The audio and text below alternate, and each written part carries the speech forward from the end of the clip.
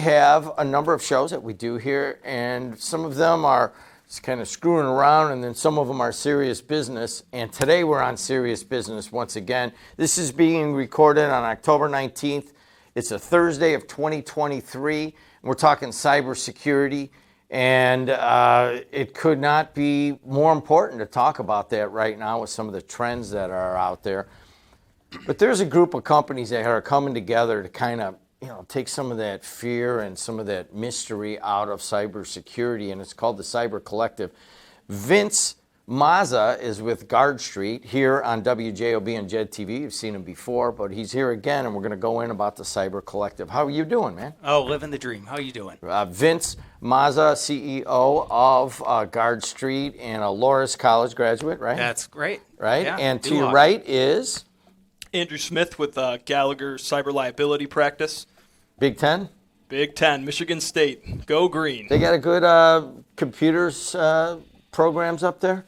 They actually do, and the funniest part to me is I was a marketing major that lived with, the computer people of the world, right? So everyone in IT, from security to front and back end development, were my roommates, and I was the lone marketing major with the sales minor. I was going to say, not that many people admit to getting that computer science degree when they go to a Big Ten school, but they all want it when they come out to go into the workforce.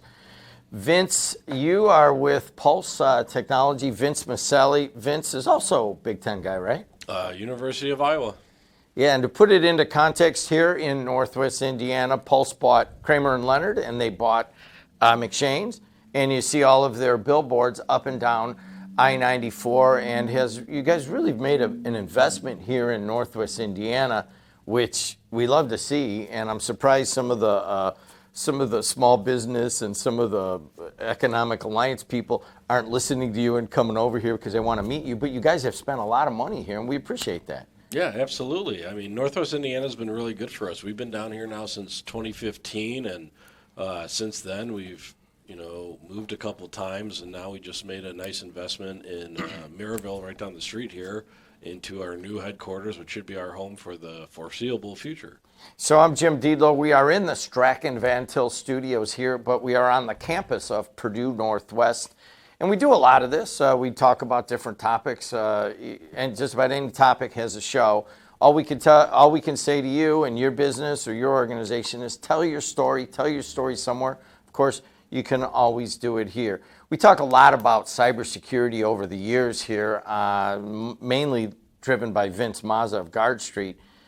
And it has matured a little bit from when we first started doing this 5 years ago, I think now. Yeah. Now you have what's known as the Cyber Collective. I don't think I've ever done a show on that. What is it? Yeah, so the Cyber Collective is a group of companies that have partnered and provide proactive protection for other companies. And so we created this show and digital content designed to help companies keep up with the latest cyber trends, but more importantly is to talk about the best practices towards protecting themselves, detecting when an issue is present, and to recover quickly. And so I'm really excited about today's show. It's called No Risk Equals Cyber Without a Cause. So we're happy to get into, have some fun on that today. Let's talk about each person's role in, say, this collective, because we basically cover a good portion of everything you'd want to know on this table right now. So let's start with Andrew. Andrew Gallagher, what is your role in kind of putting together this ionosphere of cybersecurity? Yeah, so, at Gallagher, I specialize in the placement of cyber liability and technology errors and omissions coverage. And one of the main reasons I was brought on is because we have seen insurance companies over the years continue to require higher standards of your cybersecurity posture, whether that's implementing more controls, having more training, what have you. We have some of the data now to understand what is the best practices and how can we help our clients not necessarily implement directly, but tell them what they need to do so they can go out, improve their cybersecurity posture, and thus, improve their cyber policy and terms. But, we see a lot with losses too, right? And so we can gain a lot of insight based on where the losses are coming in to determine what are the threat actors doing, how are they getting into the systems, and what are they doing once they're inside. Vince, this gives us another, I guess, pull together of how this, us being on the air has evolved. The word data is just, it has just kind of taken over everything. I just got my MBA, believe it or not. Congratulations. And everything Congrats. was all about data. And then when I started it like 8 years ago, that wasn't even part of it. By the time I end, data analytics is like every other person in the class. What are you doing? Data analytics, data analytics, data analytics. But it's helped you. It's helped the business. It's helped you figure out where the problems are, right? There's more to protect, but you've also got to have the data so you know where to focus on your investing in protection. So Vince Maselli at Pulse Technologies, you deal with people's IT systems. And so what would your role be in the Cyber Collective?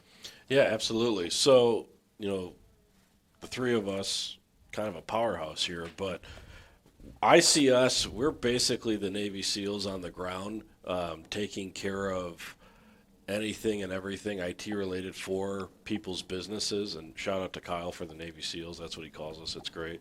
But we take the firepower that the insurance company kind of arms businesses with, saying this is what you need, and then we go through that with our partner Guard Street, say here's what we're going to put in place, and then Pulse comes in, puts everything in place, and then we put another layer on by being your actual IT department. So now you have the layer of your insurance protection, the Guard Street protection, and then the Pulse services to kind of wrap it all together. So if let's give a sports analogy, okay? Bill Belichick, right? Okay. Tom Brady. I'll take it. And who's his big tight end for all those? Gronk. Gronk. I'll take that. You're Gronk. You're in insurance. Somebody's going to mess with Brady, then you're going to, make sure that they understand there's certain codes and regulations that need to be followed. That's the collective, and it's just a sports analogy. You're kind of bringing it together. Yep. Coordinating thing. You are on the ground. Sometimes you got your techs going into people's offices. Sometimes it's remote. But you're looking at their whole IT system, right? Absolutely. And then you're there in case they do get attacked, or what are the preventative measures, and to also go with all of the regulations. More and more companies want you to have cybersecurity and cybersecurity insurance just so they'll deal with you. Is that about right? Yeah, that sums it up. We look at the company holistically, not just their IT. We look at their disaster recovery plans and so forth. But what we're talking about is the solution to a major problem, which is how companies come to determine, I guess I need to have some form of cybersecurity to protect ourselves. And what has traditionally happened and still happens is, somebody determines that they need cybersecurity because they're attacked. It might be they're attacked, or maybe the affiliate company or something else, and Their buddy at the club. Right. It tells the story in the locker room. Yeah, exactly. And it's reactive, and it becomes ad hoc. Oh, my email was attacked. All right, I'll add some security there because I think I need it. But I'm probably okay. I don't need anything else. And the chances of getting attacked are so remote anyway. Wrong. And so the other ad hoc aspect is insurance may require certain controls or protections be put in place. A customer may require it, or there might be a compliance requirement, if you're working the financial sector, they might require that. It's still ad hoc because compliance doesn't always equate to security. To be secure, you've got to focus specifically on the assets of the company and putting the protections in place for the particular company. So we're talking to Vince Mazza. Thank you. We're at the Purdue Center, and people were talking out there. That's what I was pointing about. But in terms of the, we've talked about this before, and I've made the analogy that when you hear this next word, it's very similar to, I need to go see the proctologist. It's that time of every 4 or 5 years, but a risk assessment. Yep. And, every business is like, man, this cyber guy, risk assessment's coming in. It's not always the, something they look forward to, but demystify that process. absolutely. So let me put it this way. This show is cyber without a cause when you don't do a risk assessment. The reason that it becomes cyber without a cause is because you're going to invest a crazy amount of time, a crazy amount of money in the long run if you follow that ad hoc approach, and it may not even fulfill, the requirements of your business. So the proper way to look at a business is through what we call a quantified risk assessment, which I call, cybersecurity with more cowbell. And what that does is a totally customized approach to looking at a business using what we call the Cyber Bible or the cybersecurity. There's a series of standards. I won't bore you with what it's called. No, you won't. But we follow. I will make sure of that. It's the book of knowledge, and so. But we'll look at the company, the size of the company, the industry that it's in. We'll look at, given that information, what are some common attacks that could happen. We factor in the probability of those attacks and provide an objective formula that then rank orders in priority of lowering your risk. And this is going to be your playbook for a company. This is where you need to invest your money. There it is, Belichick. It's all I'm giving you is the playbook. Yeah. You're the playbook guy. Let's go Yeah. over here to Brady behind center, and he's got a 320-pound right tackle coming at him.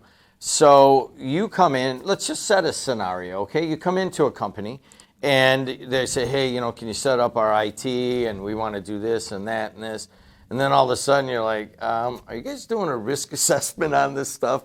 And a guy like me, before I met Vince, would be like, risk assessment? What are you talking about? So, walk us through what you would tell the guy or the woman at that time. Yeah, absolutely. So, we follow our process pretty hardcore because we will not take on an IT infrastructure without the assessment. Okay. And that is for, one, to protect us, and two, to protect the client, but three, to basically put us all on a good foundation for success for both companies. So without an assessment, as the show's called, without a cause, I can put in whatever. But if we didn't do a true scan to find the actual vulnerabilities, we don't know if we really fixed anything. We're just guessing. And we're like, it's kind of just throwing the buzzwords out saying, hey, or here's a firewall. We'll give you email security. So now your email will say this came from outside your company. And, we can throw whatever we want at the wall, but if we didn't do the diagnosis of what is going on in the network, it's all fairly useless. I mean, I'm sure there's some basic protections by it, but unless we actually know the vulnerabilities, we're not going to know what to actually give you, because we're not going to just say, we have 3 packages, pick one. Everything we do is customizable to the environment. So, with the assessment, I'm not going to tell you you need, everything in the sky. We're going to say, for your business, here's what you need. This is the basics that we won't touch your environment without getting, and then here's a little more if you really want to feel, the warm and fuzzies when you go home.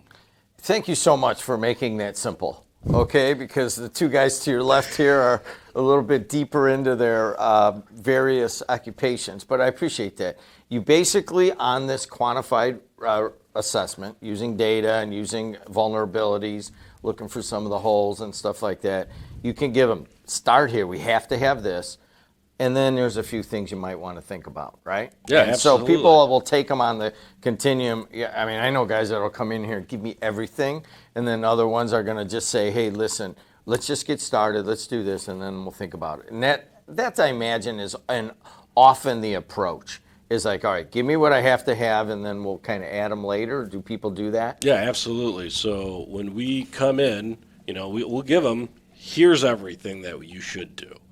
Here's what you absolutely have to do today for us to get started, and here's everything that we can go down the road. And what's great about what we do is we have VCIO services included with all of our IT contracts. Okay, you're going to have to VCI. VCIO means Virtual Chief Information Officer. And what that individual does, he basically sits on the client side of the table to be their sounding board. And so when we start any relationship, we have the must-dos up front and then things down the road. He'll make sure that we stay on top of the things down the road and implement them in a timely fashion and whatever is most comfortable with the client and their budget. We're talking to Vince Maselli, and if you are watching it on the video, or it could be an audio podcast or listening on the radio, as Vince is talking, we have steel carriers and oil tankers going right behind him at the Purdue Center along Indianapolis Boulevard. And so what you're saying applies basically to some of these big industrial clients. You guys have invested down here in Northwest Indiana. Sometimes, and I do want to talk specifically to heavy industry, maybe sometimes that culture of awareness about cybersecurity it hasn't necessarily matured as much as like how to coat a pipe or something like that. It's a little off base here, but you go into a heavy industry, is there anything special that you need to kind of keep in mind? Well, it's definitely something that people are not used to yet. Every year we have to go through certain trainings to be OSHA certified or state certified or state requirements, and cybersecurity isn't in that boat just yet, but, it's all training. And, the hardest thing for people to do is change. Change management is one of the hardest things to do for companies because we've been doing it this way for 30 years. We know it works. We know it might not be the best way, but it works for us. And so a lot of kid gloves.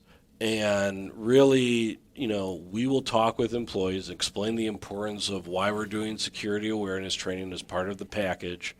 And then it can be a little fun. You can gamify it a little bit because we'll do simulated phishing attacks, and if they click, they basically enroll themselves in a nice 30-minute training. But it's all about education and communication, and we'll take that because we have a lot of people that they don't want to be the bad guy saying, "Hey, everybody, we have to do this." So I'll do that. I got no issue with that at all. That's Vince Maselli. He's with Pulse Technology. If you're here in Northwest Indiana, then you already have seen many of the billboards. If you're somewhere else in the country, they're basically IT, and they have made a big investment here in Northwest Indiana where we're standing on the Purdue campus. Now let's go to Andrew Smith and talk about the context of the risk assessment and what you guys offer in insurance. Just take that and run with it. Yeah. So I'll talk about why it's valuable first. So the quantified risk assessment is valuable, at least in a cyber insurance perspective, because the insights taken away from that assessment can be implemented to then potentially improve your policy terms and even potentially decrease your cyber premium, right? And that's for a few reasons. The first one being, when you complete that assessment, it's showing carriers, so the companies that are truly providing the money if there is a loss, where the improvements themselves are seen as a value add for the insurance companies, right? But not only that, the second piece to this is once you understand what the recommended improvements are from the risk assessment and those said controls are implemented, simply put, that's what's driving the price and the terms on your policy. What are your cybersecurity controls, along with how big is your company? And I guess I'll add a third, your industry class, right? Let's talk about Indiana, right? I think manufacturing's big here, industrial's big here. It plays a role, let's say you went through the risk assessment, right? And they said, look, your IT environment is not separated and or segmented from an operational technology environment, right? That's your bigger industrial systems, things of that nature. You might not have great renewal terms. If you engage the individuals to my left and right, get their teams involved, they let you know, hey, you need to segment these two systems from each other. When the insurance carrier takes a look at the application, when we fill it out together, they're going to say, look at that. That's a way safer way to operate your business. Now we can give this line of coverage full limit, and we can even drop the premium as well. And that is music to everybody's ears if you bring in Vince 1 and Vince 2. Oh, yeah. And to doing that. So, there we go. Hey, Vince, let's come back to you in Guard Street. the quarterback, or not the quarterback, Bill Belichick of this. So when you're looking at risk assessment, and obviously that's kind of where you start. I mean, what is it that you want the business owner or the IT CIO to know? Well, by having the quantified approach, we're solving to the annualized loss expectancy. Another term, sorry, but it's important because the annualized loss expectancy, ALE, is what the insurance company looks at too. So for the CIO, for the business owner, they want to get their coverage. When they're following an objective formula that can be used by the cyber insurance company, that builds a lot of brownie points for sure. And the goal is to provide this assessment ranked in priority in such a way where if you invest your dollars here to protect these crown jewel assets of your company, then you can make a determination at some point where, all right, I'll stop my investment and the rest will be covered by cyber liability insurance. So you kind of know what to invest and what coverage you should be purchasing. Vince, as you know, we have these big mills along the lake, the largest refinery, the largest steel mills, and then you have about maybe 50 supporting mini mills of anywhere from 10 to 100 people in those that's about how big they are. And typically they come out of the industrial background. They probably don't even trust bringing you guys in. What do you talk specifically to that group? Well, I got to tell you, if we go in and talk about kind of rifle shot cybersecurity protection, it's a mistake. They would understand it. Sure, yeah, you got to protect my email, or yeah, I got to protect my network. But when you have a conversation about let's talk about the state of things. You know, what are the most important assets of your company? What if these were held ransom or destroyed somehow? What would you do? Okay, great. Well, let's focus on protecting those. And it starts the conversation of putting together an assessment, which, by the way, is not an expensive thing to do. And by the end of that assessment, we have worked so closely with that small business, or maybe there's a team with some functional areas. They uncover things that they didn't even think about with their business. And now they are engaged in the cyber process and protecting them. It's protecting the company. And at the end of it, they get documents that they can use for managing their cyber, for working with companies, good companies like this, and making decisions down the road on spending. Let's follow the chronology. Sure. It doesn't have to be in Northwest Indiana or the Chicago or Milwaukee area where Pulse is. It could be anywhere, right? And I always tell people, tell your story, tell it here or tell it somewhere else. But at some point, every one of these companies that might stumble on this is like, all right, I guess they got me. What's the first step? What do they do? I mean, how does this start? I mean, are you the first step? Is Vince Maselli at Pulse the first step? Is the insurance guy? Where does this process start? So from the point that a decision is made, I need something. We're going to get hit. I like to focus on the proactive side, but we also get the emergency calls as well. That's another podcast. Yeah, we're not going to do emergency response. We're not going. Yeah. We're going to talk first stage. Absolutely. So it starts with us. At that point, we're Guard Street, the cybersecurity side, and we are looking at their business holistically. We are looking at what's most important, what they have in place, controls, protections that they have in place. Do they have an IT company? Because if we're going to dig in and we're going to identify vulnerabilities, and we need to have a separate company, a really good IT company, remediate those vulnerabilities in the network. And that's where we then start working with Vince and his team. And then let's go to Vince and his team then. Absolutely. So Maselli, you're in there, and I mean this is the powerhouse table of cybersecurity. So you're in there, and you come in and they say, hey, can you help us out with the IT? You say first they got to do the risk assessment, right? Absolutely. And then what? And then from there, it takes, I would say it takes a couple of weeks for us to compile everything, and then we kind of go back and we validate. And what the validation is kind of, not kind of, it is, we go through what the assessment pulled out of the network. And we go through literally every aspect of the network, and we'll tell them, this is great, we're not going to touch it. This is not so great, here's what we need to do to beef it up. This is abhorrent, we need to put in something right away. What do you want to focus on? And then that's when we'll come back, we'll get with Vince and his team, put our solution together, and then go out to implement it. And Andrew, once again, we're talking beginning stages. Let's even go to somebody who doesn't have cyber insurance. That's exactly where I was going to lead into as well, so that's a great segue. Sometimes I am the first step, right? A company wants to get cyber insurance, for example.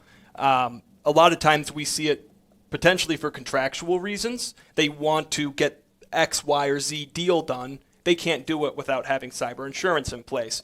Well, it turns out reactive at that point. But at that point, also, you come to realize that sometimes it's a budgeting issue, sometimes it's a people issue, but they may not have the cybersecurity posture, as in the correct safeguards and controls in place to get cyber insurance, right? And I think that's where a quantified risk assessment can be so vital, because not only are you then understanding, where do I need to invest my money to purchase the correct controls, but then when you have it all laid out, and to Vince's point, when you have it by severity, right? This is what I need to do now, this is what I should do down the line. When you have all of that in front of you, you can also budget for it as well now. Maybe the most pressing things, that's where this budget, or this year's budget's going to go into for the most pressing items.